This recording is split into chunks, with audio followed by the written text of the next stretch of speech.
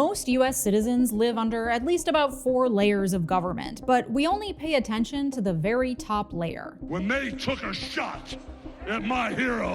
Hey, everybody get your hands up! Hey, everybody get your hands up!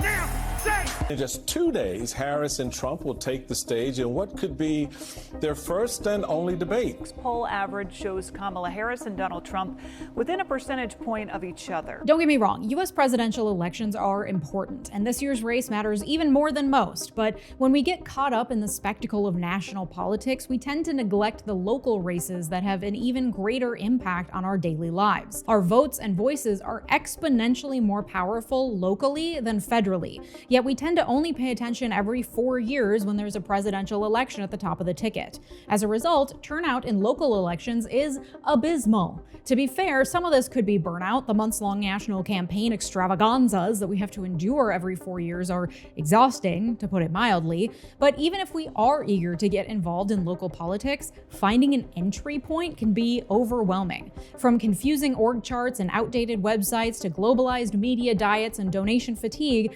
I'm breaking down the most valid objections to getting involved in local politics and offering some rebuttals that may just change your mind. This is how to stop throwing away your power and get involved in local politics. Roll the intro.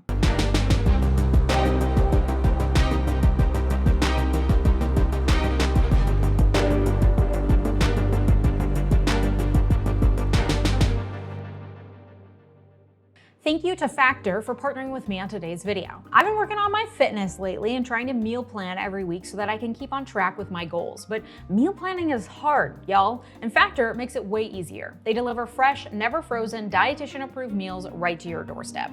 They have a team of gourmet chefs, so when you order Factor, that means you have a team of gourmet chefs, which is pretty fancy, and you'll have over 35 different options to choose from every week, including keto, vegetarian, and more, so you can easily plan your meals no matter your goals. I recently tried their garlic mushroom chicken thighs with creamy cauliflower rice and garlic green beans. So creamy, so delicious. And they also have breakfast, snacks, smoothies, and these delicious little wellness shots. So they have you covered for every meal of the day. And there's no prep and no mess, which as an ADHD girly, you know that I love that. Head to factor75.com or click the link below and use code Leeja50 to get 50% off your first Factor box and 20% off your next month of orders. That's code Leeja50 at factor75.com to get 50% off your first box plus 20% off your next month of orders. Thanks, Factor. There are plenty of things about getting involved with local politics that are a real drag. Maybe you hate both of the major parties. Fair. Maybe you're reluctant to put your name on any more lists because it feels like they only ever want donations and they tend to send daily emails with weird subject lines like, Leeja, do you hate me? Maybe you felt personally victimized by poorly designed municipal websites or gotten lost trying to figure out how many different voting districts you're part of. These objections are valid. The two major parties are deeply flawed. Politicians do ask for donations incessantly, and trying to wrap your head around the intricacies of your local government can be a mind-numbing, ego-shattering mess. But just because these things are true doesn't mean they can't be overcome. If you only remember one thing from this video, I hope it's that you don't need to understand everything to start doing something. Our votes and voices are exponentially more powerful locally than at any other level. For example, in my Minnesota State House of Representatives district, there are 40,000 total residents, 82% of which are over the age of 18. In the 2022 Democratic primary election to select who would run as the Democrat in the 2022 midterm election for my state House district, 6,000 people showed up to vote. My vote was one of 6,000 to choose who could represent 40,000 people. That's significantly more leverage than I have at the national level. And look, it makes sense that we're so distracted by national political theater. The US is a massive stage, and our federal policies have global implications. But local governments also have way more power than we tend to give them credit for. Municipal policies are usually much easier to shift than national ones. It's the difference between turning a cruise ship and turning a sailboat. And that's part of why so many national policies are beta tested at the state and local levels first, before being considered nationally. If Mitt Romney's Massachusetts health insurance program had flopped in 2006, there's not a snow cone's chance in hell that we'd have the Affordable Care Act today. But even if local policies don't become federal, they could still be transformative. Cities have the power to pass rent control laws, cut red tape for small businesses, and even ban entire industries if they want to. Amendment 10 of the US Constitution holds that the powers not delegated to the United States by the Constitution, nor prohibited by it to the states, are reserved reserved to the states respectively or to the people. Reminder that the US Constitution is not very long and leaves a great deal up to the states. Alabama's state constitution has more than 40 times as many words as the US Constitution. That's a lot of room to fuck around and find out. And sometimes little local experiments catch on and spread. For example, in 2015, Seattle, Washington bumped its minimum wage to $15 an hour, more than twice the federal minimum we've been stuck with for the past 15 years. In 2017, 2 years after Seattle settled the fight for 15, Washington State increased its minimum wage to $11 and has raised it every year since. Local policies can make big changes in small areas that then ripple outward. The Department of Labor has a neat interactive tool you can use to see which states have higher than federal minimum wages and which ones default to the federal rate simply because they don't have a policy of their own. If you're really passionate about raising the minimum wage or any other single issue, you can always lean into that as your entry point to local politics. Link up with a group of like-minded people focused on changing a specific law. And picking just one thing out of a sea of issues can be helpful to avoid overwhelm and focus your efforts on something you really care about. But if there's not one thing you're burning to focus on, there are a ton of other ways to get involved and build community. We talk a lot on this channel about perfect being the enemy of good, and I think there's a lot of pressure to find your one cause, the same way that you're supposed to pick your one college major, your one career. And while I'm so happy for you if you're like a doctor who found their calling in kindergarten, it's not like that for some of us. Some of us are former gifted and talented students with ADHD and anxiety and are multi-passionate in a world that wants us to choose one thing and settle down. So while yes, issue-based activism is great, I believe that what our democracy needs most urgently are more broadly engaged and informed citizens. Because if, for instance, I was super into reproductive laws, but not my local political landscape more generally, I very well could have missed the fact that this November, one single state congressional district, one district, will determine whether my home state of Minnesota remains a liberal stronghold in the Midwest or not. Here's why. Minnesota is one of a handful of states with what's called a blue trifecta, meaning the governor, America's dad, Tim Walz, House and Senate are all controlled by Democrats. It's why we've been able to pass such progressive policies like protecting abortion rights and gender-affirming care. And if you're like, hold up, aren't the House and Senate federal bodies? You're not wrong. The legislative branch of our national government is called the U.S. Congress, and it consists of two chambers, a smaller upper chamber called the U.S. Senate and a larger lower chamber called the U.S. House of Representatives. Since 1911, the U.S. House has had 435 seats, and population determines how many representatives each state gets. So Texas has 38, California has 52, while Minnesota has 8. However, every state has 2 senators no matter what, making the voices of smaller, less populous, more conservative rural states stronger than they ought to be, but that's a discussion for another day. Every state in the union except Nebraska follows this bicameral or 2-chamber legislative structure. At the state level, the smaller upper house is always called the Senate, while the lower house may be called the House of Representatives, the Assembly, or the House of Delegates. Oh, and you're probably in a different voting district for your state Senate, state House, U.S. Senate, and U.S. House, because of course. So back to my Minnesota example. This is Ann Johnson Stewart. She's the Democrat running to represent Minnesota Senate District 45, which happens to be where I grew up, in our state Senate. If she wins this November, the Democratic majority is secure. Yay. But if she loses, the Republicans gain the majority, which also means they get to pick the president of the Senate. Here's where things get dicey. Assuming little Tim Walz becomes vice president, his current number 2, the lieutenant governor, will take over, leaving her seat open. The line of succession dictates that the lieutenant governor's seat will in turn be filled by none other than the president of the Senate. And the president of the Senate is determined by which party has the majority, and the majority will be determined by the results in District 45. So if Ann Johnson Stewart loses, a Republican will become president of the Senate, and then possibly lieutenant governor, the second highest ranking position in the executive branch. So this one little race in a district with less than 86,000 people in it will have a huge impact on Minnesota and the nearly 6 million people living in it. And in turn, Minnesota politics have a huge impact on the region. We're a lonely blue state in a sea of red, and all of Walz's work could easily be undone if we lose our House, Senate, Governor trifecta. And by the way, I was only even aware of the incredibly high stakes in the District 45 race because I recently started reading my local newspaper. And yes, a lot of the content is pulled from the Associated Press because local news is dying, but the bits that aren't are a goldmine. In a 24-hour global news cycle, we're likely to burn ourselves out trying to keep up with issues we ultimately have no influence over. And I'm not saying we should burrow in neighborhood holes or stop advocating for big picture issues. I'm just sharing my truth that by being a tad more deliberate with my media diet and seeking out news that directly affects my local community has been a game changer. I've learned about great organizations, community news, and important political races I never would have known about. And since our takeaway today is that it's better to start somewhere than to never start at all, Overall, I'd say finding some local publications and writers to follow could be a pretty good place to start on your journey into local politics. Try searching on each of your favorite social media platforms to look for terms like journalist, watchdog group, and citizen group in combination with every possible version of where you live. For example, you could try Minnesota Watchdog Group, Minneapolis Watchdog Group, Minnesota District 45 Watchdog Group. You get the picture. There may be more resources out there than you'd think, and you'll never know unless you check. The bottom line, your attention is currency. Spend it wisely. And speaking of currency, you know how politicians are always like, money please, money please. Yeah, that gets old fast.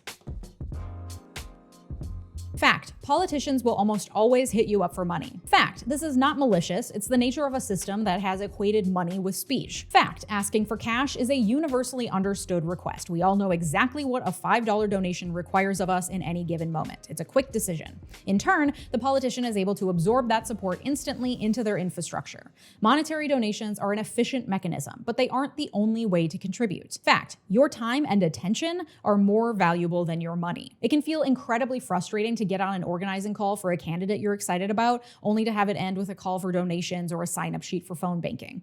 While I'm very much in favor of us all pushing beyond our comfort zones every now and then, I also think it's important to find a way to participate that you won't despise, resent, and then abandon. So if the idea of knocking on strangers' doors makes you want to crawl out of your skin, that's fine, and same. But it puts the onus on you to find another way to get involved. In my experience, most of the time, unique or specialized skills beyond just door knocking, like maybe you're great at social media or fundraising or event planning or graphic design or video, those are all welcome.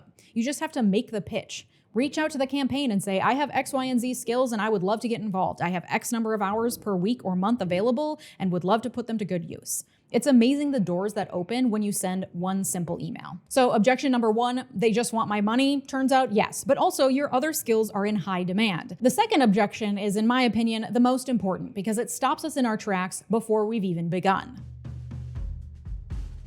Putting this video together was a surprisingly heavy lift, not because the concepts are super complicated, they're not, but because parsing this type of information is incredibly boring and often really difficult with the 1990s era internet infrastructure our local governments are usually operating on. And I'm not alone in feeling like it's a Herculean task to nail down even basic information about my local government. A 2016 Pew Research study found that 56% of respondents reported higher levels of stress caused by governmental agencies, schools, and banks because of the information gathering processes associated with them. These institutions tend to expect us to do a lot more information gathering than we're used to just to deal with them. It's no wonder most of us aren't exactly clamoring to spend our limited leisure time parsing government websites, you know? And let's take a moment to appreciate how truly dreadful some of these websites are. In the year of our Lord, 2024, we've been spoiled by companies constantly updating their commercial interfaces to provide the smoothest user experience possible. So then we come to our county websites with expectations set by the likes of Squarespace and Meta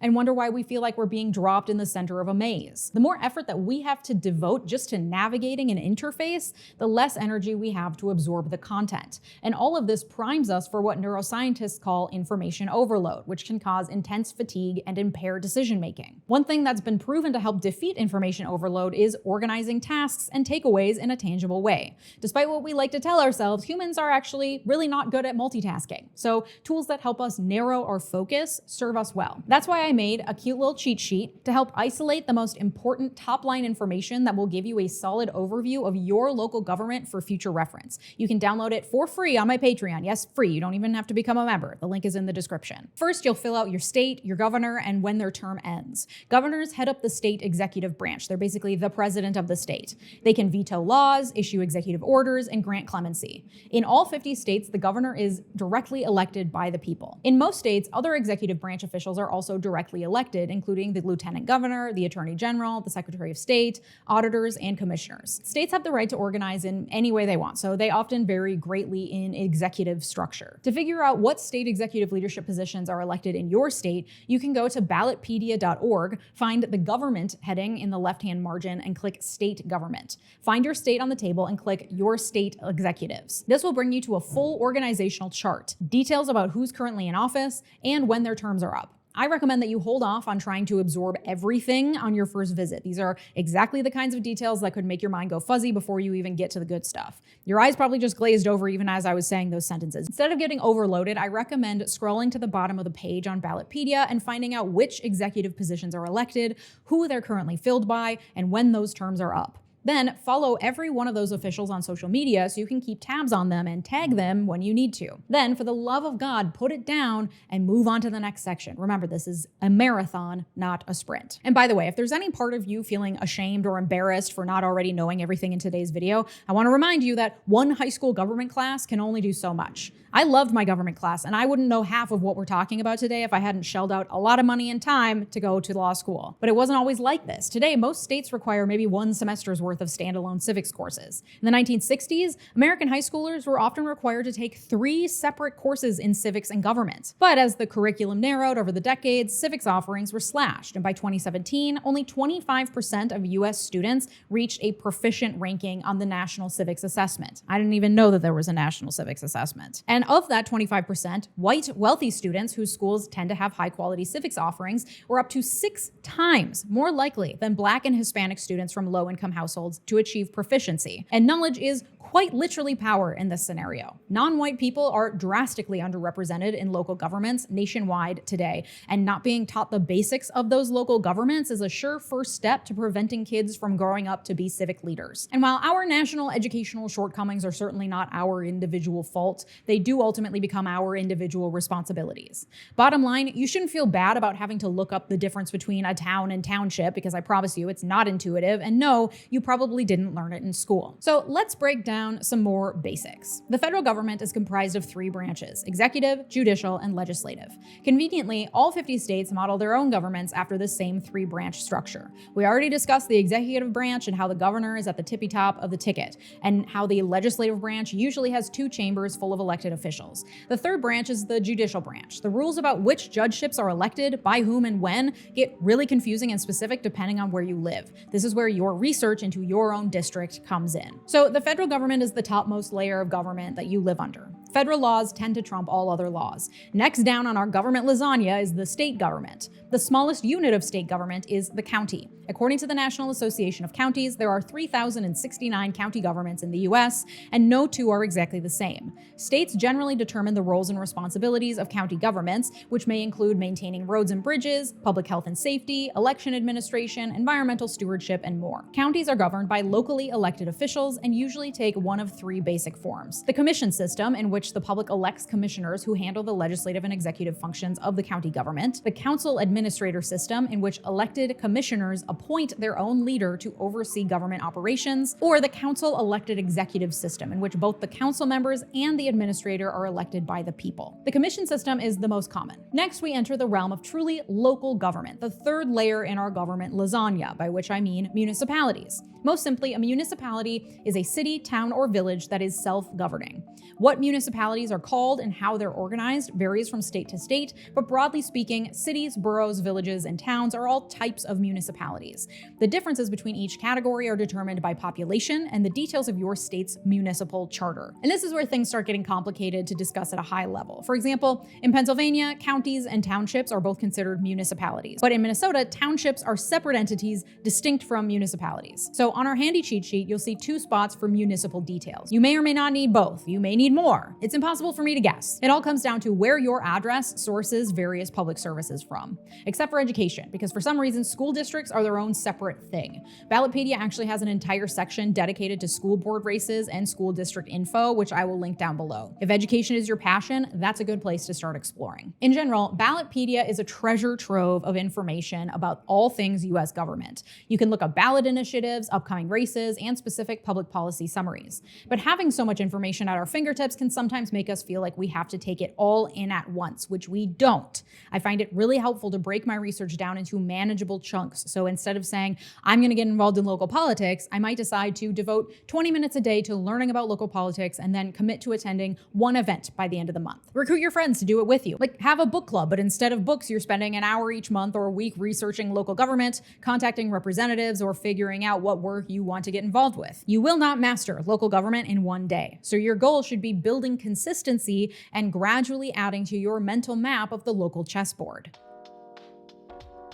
No, third parties can't save national politics yet. Federally, Democrats and Republicans are our only viable option. I already made a video explaining why. But at the local level, that's a very different story. Third parties will only become viable contenders in national elections if we build them up locally first and change how our national elections work, but that's a separate discussion. Check out my video about that after this. And given the total dominance of the asses and elephants, you may be surprised to learn just how many active political parties we actually have. 𝗦𝗣𝗣𝗢𝗧𝗏 has a convenient list of different political parties in the US, as well as accompanying articles about each. I encourage you to browse through the options and see if you can find a group that you'd be more excited to get behind than either of the major parties. I was intrigued by the Working Families Party, whose candidates often run as Democrats. Their platform is refreshingly straightforward. In their own words, the Working Families Party is regular people coming together across our differences to make a better future for us all. We're a multiracial party that fights for workers over bosses and people over the powerful. We want an America which realizes the promise, unrealized in our history, of freedom and equality for all. I don't know about you, but all that sounds pretty good to me.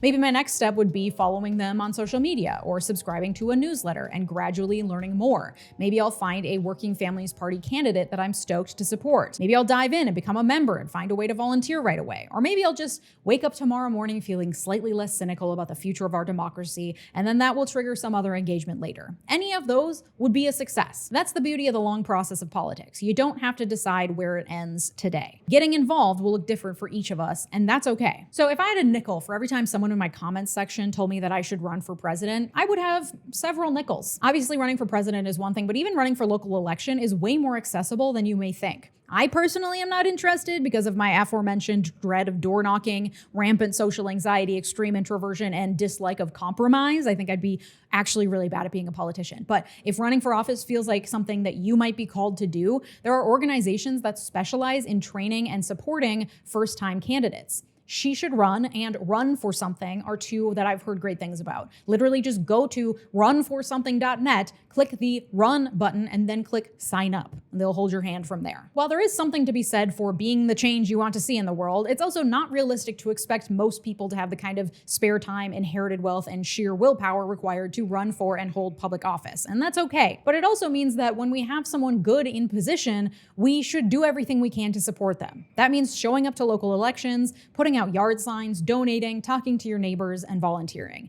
And if you truly can't find a single party, candidate, or cause that feels meaningful, you can always get involved in securing free and fair elections. As we discussed in my recent video, we sorely need reliable, sane people safeguarding our democratic processes. Political violence and threats have caused an exodus of experienced election officials, leaving their vital roles in the hands of partisan hacks hell-bent on disrupting our democracy. Some ways that you can get involved include serving as a poll worker or a poll watcher. The Brennan Center for Justice has free, comprehensive guides to the rules and constraints for poll workers in key swing states. I'll leave that link in the description as well. If you live in Arizona, Florida, Georgia, Michigan, Nevada, Ohio, New Hampshire, North Carolina, Pennsylvania, Texas, or Wisconsin, I highly recommend that you check out the guide for your state because they will all play a huge role in the election this November and will likely be targets of sneaky election tampering by people who believe the big lie and other conspiracy theories. You can also help with voter registration, voter transportation, and even good old election awareness. According to the New York Times, only 27% of eligible voters participate in the typical municipal election.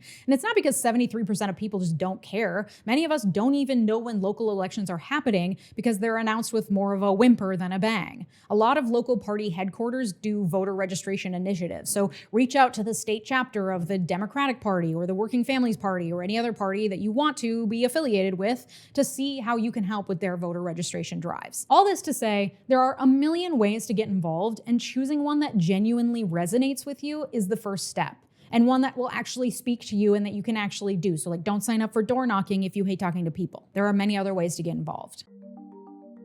So, what have we learned today? Local governments have way more power than we tend to give them credit for, and our votes and voices are exponentially more powerful locally than at any other level. Third parties will only become viable contenders in national elections if we build support for them locally first. Our democracy urgently needs more broadly engaged and informed citizens. Your attention is currency. spend it wisely. That might look like paying more attention to local news, finding out who represents you at every level of government and keeping up with their offices, or even seeking out opportunities to be an election official or political watchdog. And most importantly, you don't need to understand everything to start doing something. You will not master local government in one day, so your goal should be building consistency and gradually adding to your mental map of the chessboard. Click the link in the description to access your free PDF so you can keep all the information that you're learning in one spot for future reference. And if you made it this far, drop a little heart emoji in the comments. Our research shows that it's the single best way you can help this channel grow. Thanks to my newest patrons, special thanks to my royal patrons, and an extra special shout out to my multi-platinum patrons, 𝗬𝗓𝗏 Lucas, Joshua Coles, Thomas Johnson, Sophia Sams, Anthony Giles, Tay, and Brett Piatek. Your generosity makes this channel what it is, so thank you. If you'd like ad-free access to all these videos, check out my Patreon today. And if you like this video, you'll also like my video all about why third-party candidates can't save us, at least not on the national level. Thanks so much for watching. Have a good day. Bye-bye.